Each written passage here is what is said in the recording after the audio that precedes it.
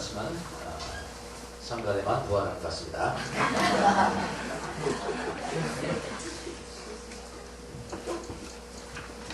자, 절기를 이제 지킨다는 것은 가장 기본으로 돌아가는 거죠.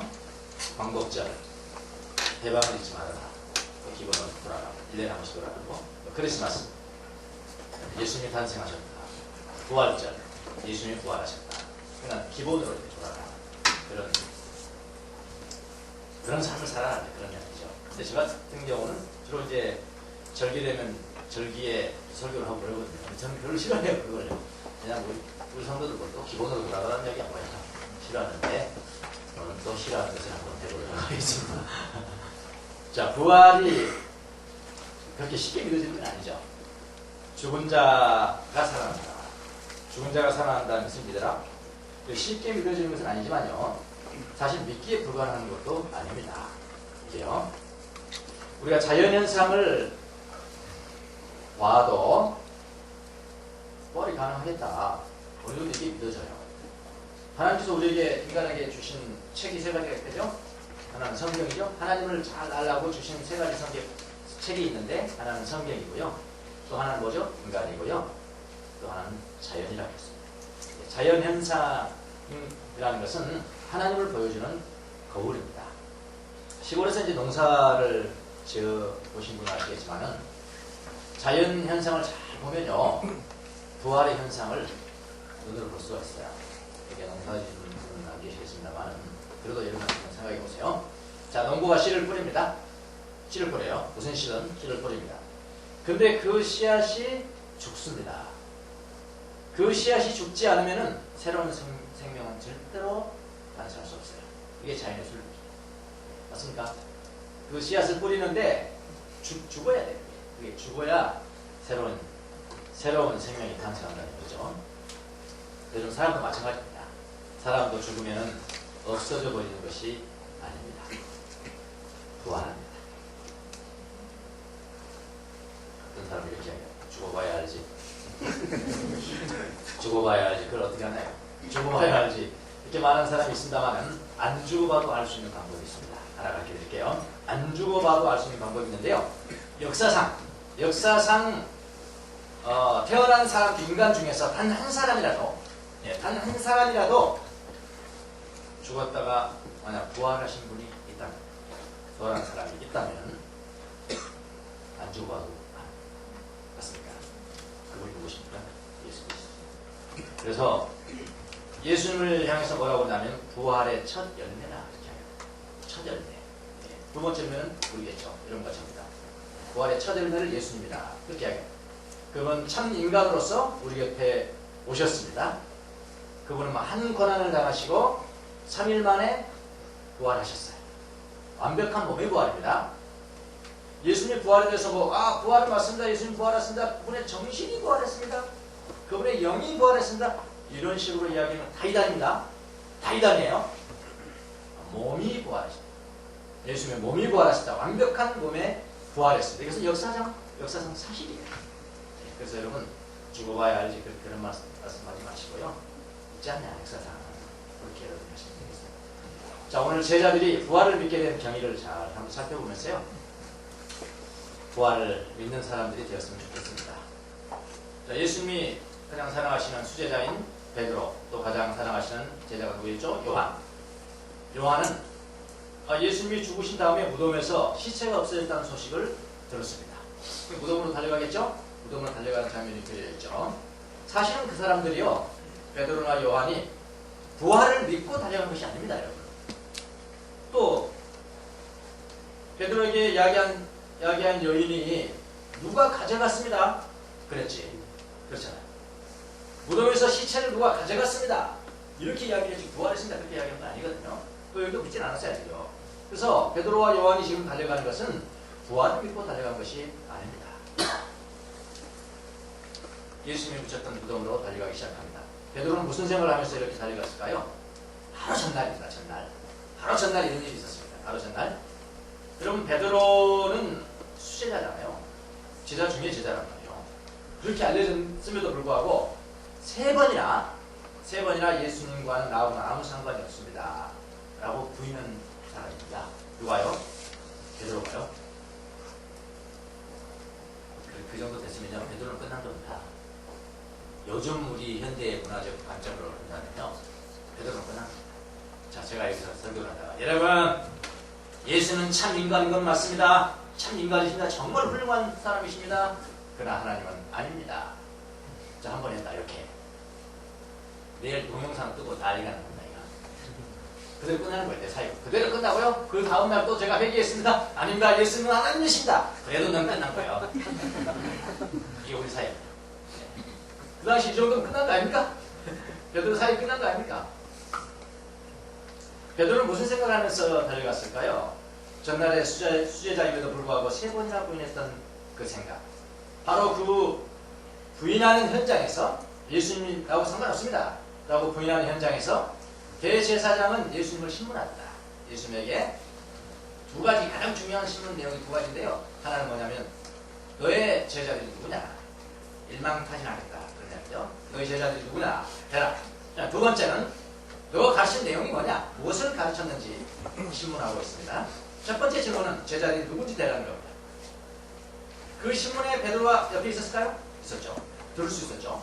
베드로는 듣고 있었습니다. 그러나 예수님은 그 첫 번째 질문에 대해서는 묵비권을 행사하십니다. 자기에게 불리한 거에 대해서는 말하지 않을 수 있었거든요. 이게 묵비권입니다.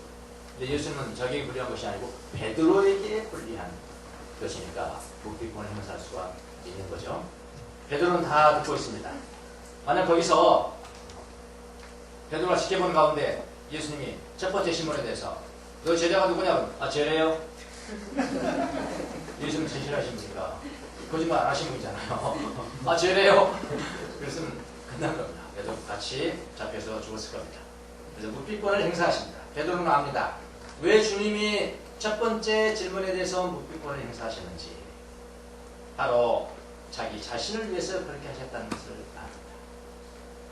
얼마나 가슴이 아팠을까요? 3번이나 부인했음에도 불구하고 예수는 여전히 당신을, 자기를 사랑하고 돌봐준다는 그런 마음이 얼마나 더 가슴이 아팠겠냐고요.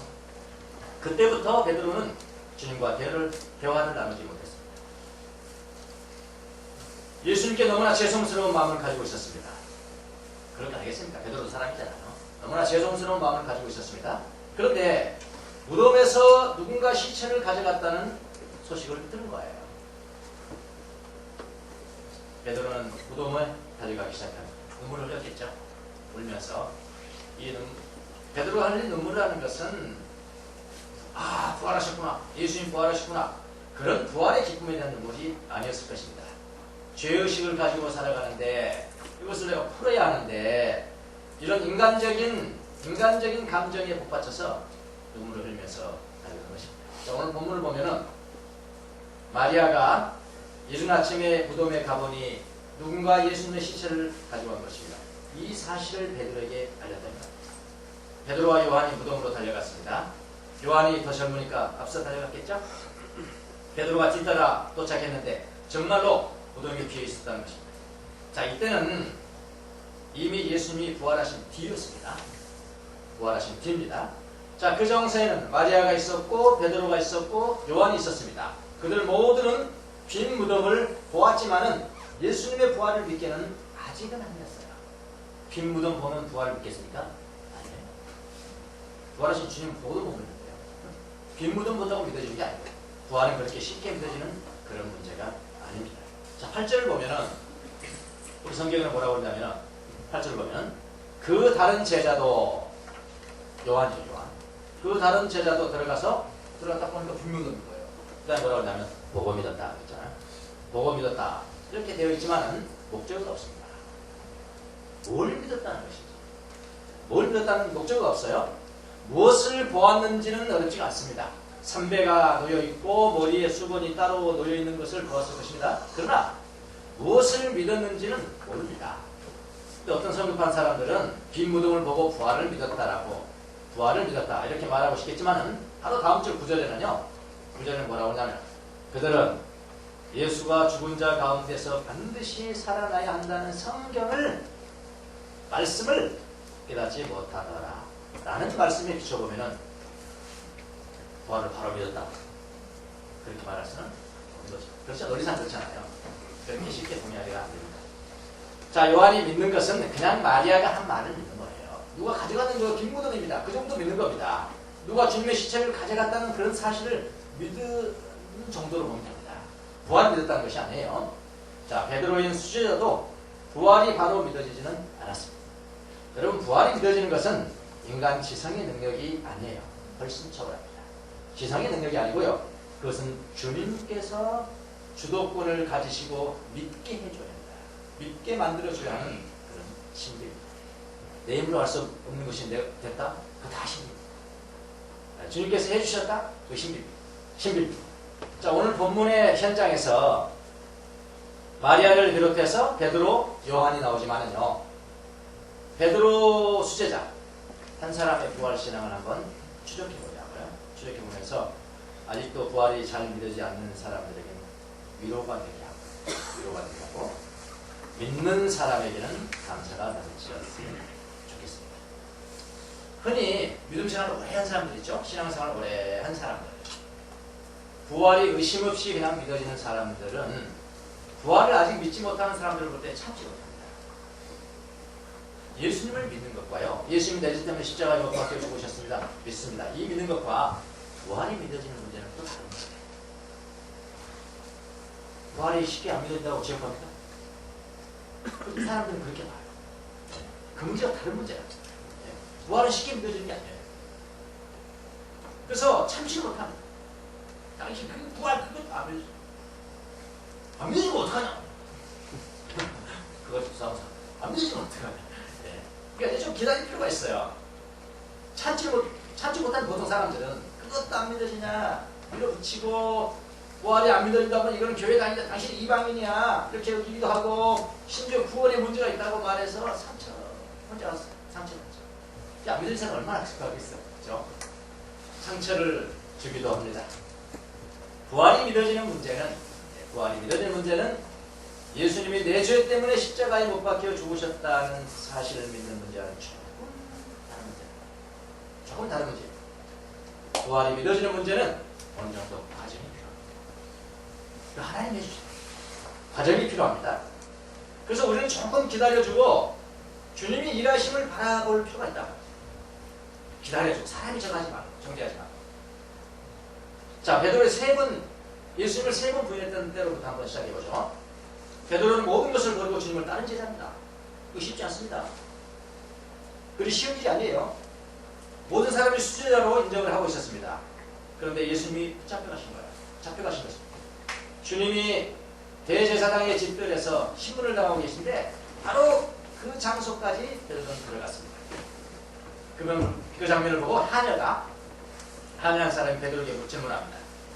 당신도 이 사람의 예수님의 제자 중 한 사람이지요? 그랬더니 베드로가 대답하고 자연스럽게 부인했습니다. 아닌데요. 아닙니다. 바로 그 순간에 대제사장이 신문을 합니다. 첫 번째 신문, 너희 제자가 누구냐? 두 번째 신문, 가르침이 무엇이냐? 이렇게요. 예수님은 제1항의 신문에 대해서는 침묵하고 묵비권 행사하시고 오히려 2항을 장황하게 대답합니다. 너희 가르침이 뭐냐? 아주 장황하게 대답하는데요. 저는 이거 예수님의 작전이라고 생각합니다. 왜냐하면 제1항을 장황하게 대답함으로 말미암아 1항에 대해서는 혼동이 더 이상 문제가 되지 않았습니다. 더 이상 켜지 않았거든요. 예, 저는 예수님의 작전이라고 생각합니다. 증거가 없어진 겁니다. 증거가. 자, 이번에는 사람들이 베드로에게 질문을 합니다. 너도 그의 제자 중에 한 사람이지? 그렇게요? 한 사람이지? 베드로는 대답합니다. 나는 절대 아니요. 두 번째요. 세 번째. 이번에는 베드로가 예수님 잡혀가시기 전에 칼로 이렇게 제사장의 아들을 했죠. 말고라는 청년인데 그 친척이 현장에 있었습니다. 예수님 잡혀간 현장에 있었고 직접 증인이죠. 목격자입니다. 바로 그 사람이 예수님을 묻습니다. 당신이 동산에서 그와 함께 있는 것을 내가 보았는데 거짓말을 하시오. 이렇게 질문합니다. 베드로는 뭐라고 하냐면 힘줘 부인하였다. 여러분 이쯤 되면요 베드로 모두가 끝난 거라니까요. 오늘날 이렇게 해서 끝나는 건 아니죠. 완전히 끝나요. 다시 회개합니다. 안 돼요. 그래도 끝나요. 네. 모든 것을 버리고 주님을 쫓았는데 주님을 공개적으로 부인하였으니까 이제 그의 사역도 끝장입니다. 이렇게 큰 죄의식을 가지고 있는 중에 빈무덤 소식을 듣는 거예요. 그래서 눈물을 흘리면서 달려가는 것입니다. 빈무덤을 보았지만 내가 죽은 다음에 반드시 부활할 것이다 라고 말씀하신 예수님의 말씀, 그 성경은 아직 깨닫지 못했다. 다시 말하면 부활이 믿어진 것은 아니다. 부활이 믿어진 것은 아니다. 이 수제자, 무리를 걸었던 제자 베드로입니다. 무리를 걸었어요. 오병이어의 기적을 보았던 사람이 베드로입니다. 빈 무덤을 봤어요. 빈 무덤을 본 제자가 베드로입니다. 그러나 부활이 믿어진 것은 아닙니다. 이해가 되십니까? 교회 나와서 오래되고 예수님 믿고 가르침도 받고 봉사도 많이 하고 근데 나중에 부활이 아직 안 믿어져.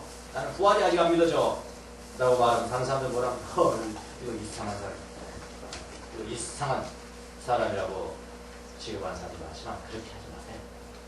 그렇게 하지 마십시오. 자, 성경에 보니까 10절에 그래서 제자들이 안 믿어지니까 제자들은 자기들이 있던 곳으로 다시 돌아간다. 그래서 제자들은 자기들이 있던 곳으로 다시 돌아간다. 자, 이때라도요. 바로 이때 시절 이때라도 주님이 바로 나타났으면 좋았어요. 나야 내가 부활한 거야. 나야 이렇게 나타났더라면 좋았을 텐데 바로 나타나지 않으시죠? 이걸까? 베드로에게는요 지금 여기 나타나시면 안 됩니다. 또 다른 과정입니다. 베드로에게는 또 다른 과정이 필요했기 때문에 대신에요. 누구에게 나타나냐면 막달라 마리아 여인이죠. 막달라 마리아에게는 가장 먼저 나타나셨습니다. 막달라 마리아는 수제자 아니에요. 남자도 아닙니다. 제자도 아닙니다. 12제자도 아니에요. 여인입니다. 그렇게 마리아에게는 나타나셔도 됩니다. 마리아가 믿었을까요? 믿었죠. 그냥 바로 나타나면 믿었어요. 그러나 베드로에게는 또 다른 과정이 필요했다는 거예요. 이건 누가 알아요? 예수님 알아요. 그분이 아십니다. 베드로는 다시 자기 옛날 현업으로 돌아갑니다. 거기 어디입니까? 갈릴리 바다입니다. 그곳에서 고기를 잡는 어부로 생활하면서 주님을 만났었는데 내가 모든 것을 버리고 주님을 따르겠다고 고백한 것도 바로 갈릴리죠. 그러나 이제는 예수님도 돌아가셨으니까 다시 현업으로 돌아간 거죠. 요한복음 21장에 이렇게 표현되어 있습니다. 이렇게 그려져 있습니다. 1절에 보니까 그 후에 디베라 바다에서 제자들에게 나타나신 경이요.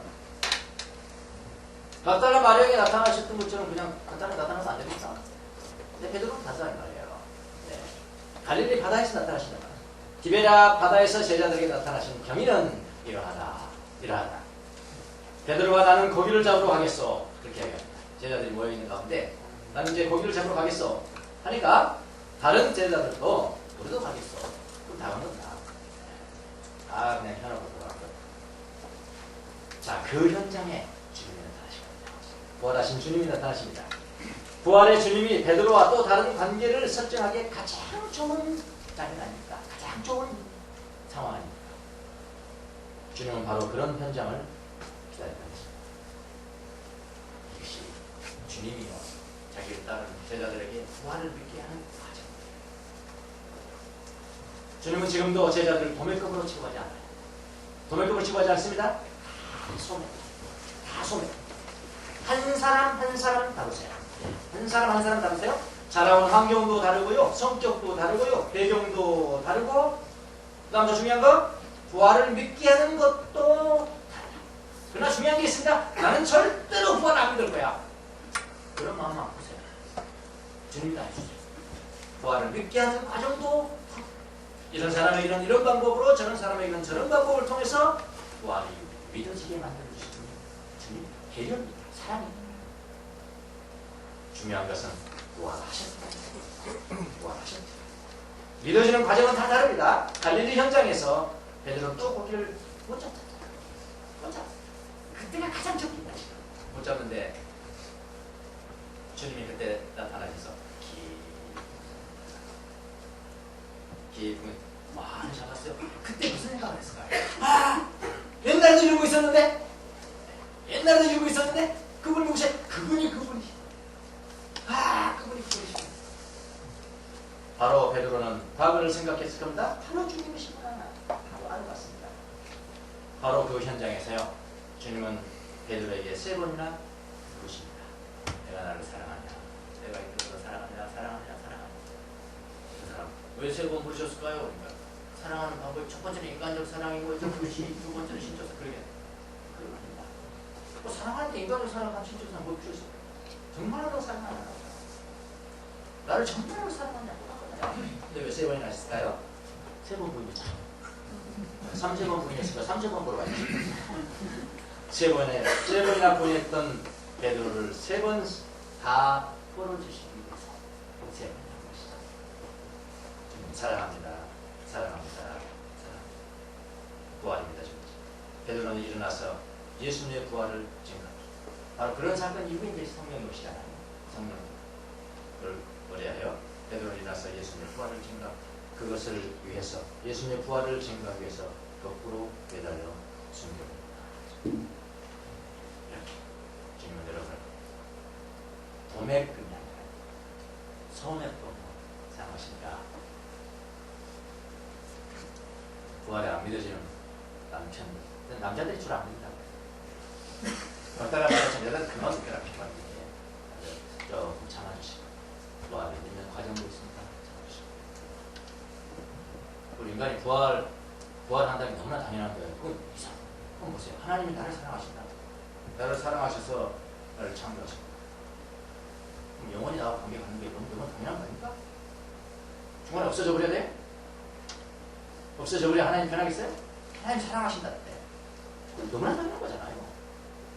저같이 이렇게 이제 좀 단순한 사람들은 단순하게 믿어버립니다. 그러나 복잡한 다윗과 믿어지지 않은 사람들은 중요한 것은 가슴을 펴십시오. 마음을 열십시오. 하나님 나를 사랑하신다. 그러면